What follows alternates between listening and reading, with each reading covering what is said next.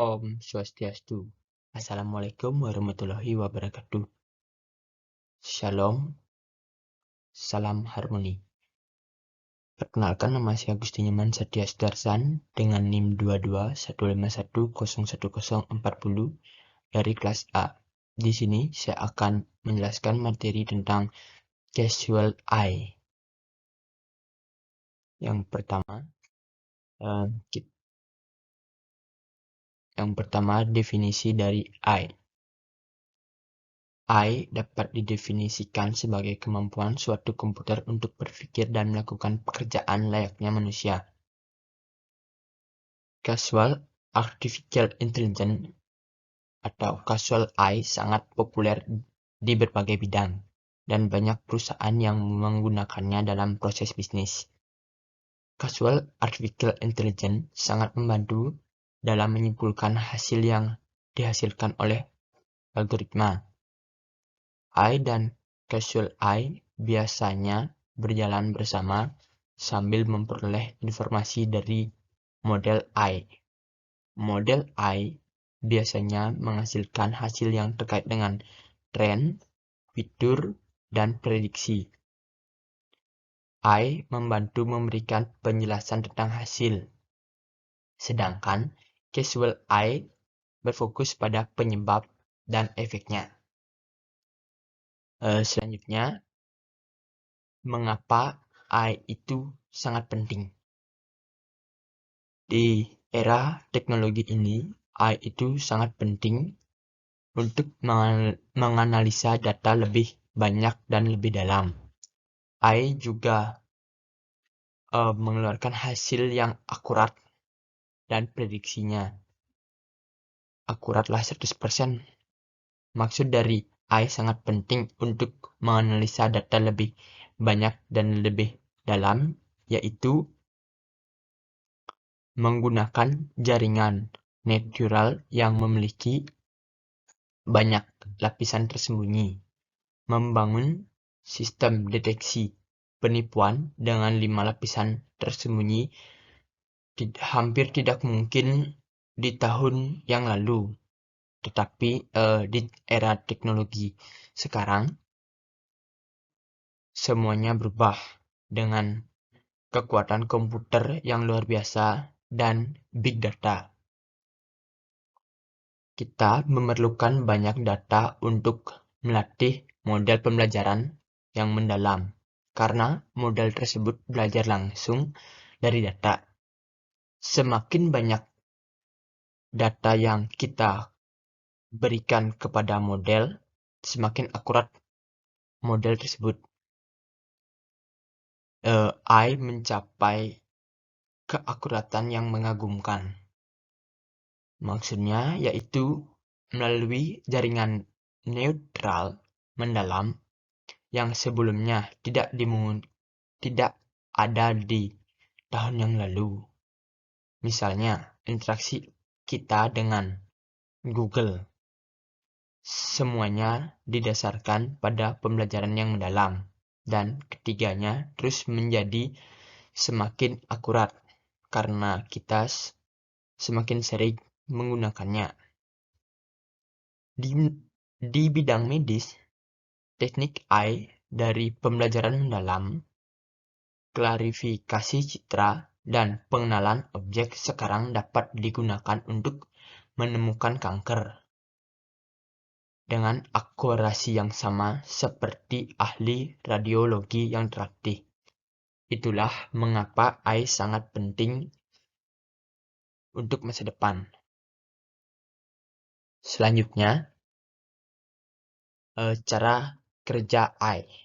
AI dapat bekerja dengan menggabungkan sejumlah besar data dengan cepat, pengolahan, dan algoritma cerdas yang memungkinkan perangkat lunak untuk belajar secara otomatis dari fitur dalam data.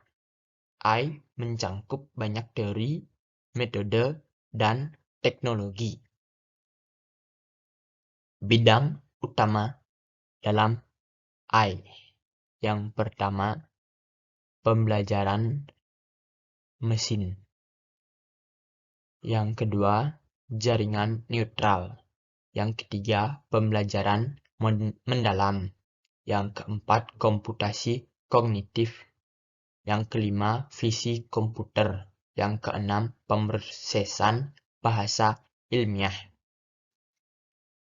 Yang pertama, pembelajaran mesin. Pembelajaran mesin di sini yaitu mengautomasi pembangunan model analitik. AI menggunakan metode dari jaringan neutral, statistik, penelitian operasi, dan fisika untuk menemukan wawasan tersembunyi dalam data tanpa secara eksplisit diprogram untuk mencari atau menyimpulkan sesuatu. Yang kedua, jaringan neutral. Maksud dari jaringan neutral di sini yaitu jenis pembelajaran mesin yang terdiri atas unit-unit yang saling berhubungan, seperti neutron, yang memproses informasi dengan menanggapi masukan eksternal, menyampaikan informasi setiap unit. Proses ini membutuhkan banyak umpan pada data untuk menemukan koneksi dan mendapatkan makna dari data yang tidak terdefinisi. Yang ketiga, pembelajaran mendalam. Maksud dari pembelajaran mendalam yaitu menggunakan jaringan neutral yang besar dengan banyak lapisan unit pemrosesan, memanfaatkan kemajuan dalam daya komputasi, dan meningkatkan teknik pelatihan. Komputasi kognitif, yaitu subbidang AI yang berupaya untuk melakukan interaksi seperti manusia secara alami dengan mesin. Visi komputer, yaitu pengenalan pola dan pembelajaran mendalam guna mengenali apa yang ada dalam foto atau video. Pemrosesan bahasa ilmiah. Di sini yaitu kemampuan komputer untuk menganalisis, memahami, dan menghasilkan bahasa manusia, termasuk ujaran. Adapun teknologi pendukung AI, yaitu unit pemrosesan grafis, yaitu kunci bagi AI karena unit ini menyediakan perhitungan berat yang diperlukan untuk pemrosesan berulang. Yang kedua, Internet of Things. Internet of Things ini yaitu menghasilkan jumlah data yang amat besar dari perangkat-perangkat terhubung. Yang ketiga, algoritma lanjutan, yaitu dikembangkan dan digabungkan dalam cara-cara baru guna menganalisis lebih banyak data yang lebih cepat dan pada beberapa tingkatan. Yang terakhir, antarmuka pemrosesan aplikasi atau API, yaitu paket kode portable yang memungkinkan untuk menambahkan fungsi AI ke produk dan paket perangkat lunak yang sudah ada. Itu saja cara kerja AI. Selanjutnya, manfaat casual AI dalam perusahaan. Menggunakan casual AI pada perusahaan dapat mempersonalisasi kampanye, produk, layanan, dan penawaran lainnya kepada pelanggan. Casual AI yang dipadukan dengan tujuan, hambatan, masalah, sasaran, dan kendala membantu dalam pengambilan keputusan untuk perusahaan. Ini dapat digunakan untuk mengidentifikasi kinerja perjalanan pelanggan utama dan perjalanan pelanggan yang tidak berkinerja. Selanjutnya, tantangan dalam menggunakan AI. Yang pertama, keterbatasan prinsip AI hanya belajar dari data. AI tersebut apa data yang maksudnya yaitu data yang kita masukkan I cuma tahu data yang kita masukkan. Saya ulangi, keterbatasan prinsip I hanya belajar dari data. Maksud yang saya tuliskan yaitu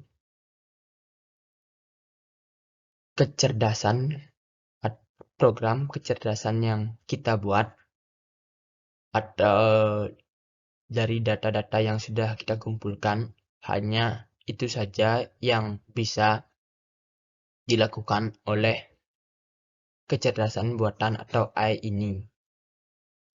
Tantangan yang kedua yaitu sistem AI dilatih hanya untuk melakukan tugas yang telah ditentukan. Maksud yang saya tuliskan yaitu tugas, misalkan tugas menyelesaikan akurasi dalam perusahaan. Hanya itu saja yang bisa sistem AI lakukan. AI tersebut tidak bisa melakukan tugas yang tidak bisa kita tentukan. Hanya tugas yang kita berikan saja yang bisa ditentukan. Itu saja materi yang bisa saya berikan. Mohon maaf apabila materinya kurang lengkap dan apabila saya mengucapkan kesalahan kata, saya mohon maaf dan terima kasih. Saya tutup dengan Paramasanti. Om Santi Santi Santi Om. Assalamualaikum warahmatullahi wabarakatuh. Shalom. Salam harmoni.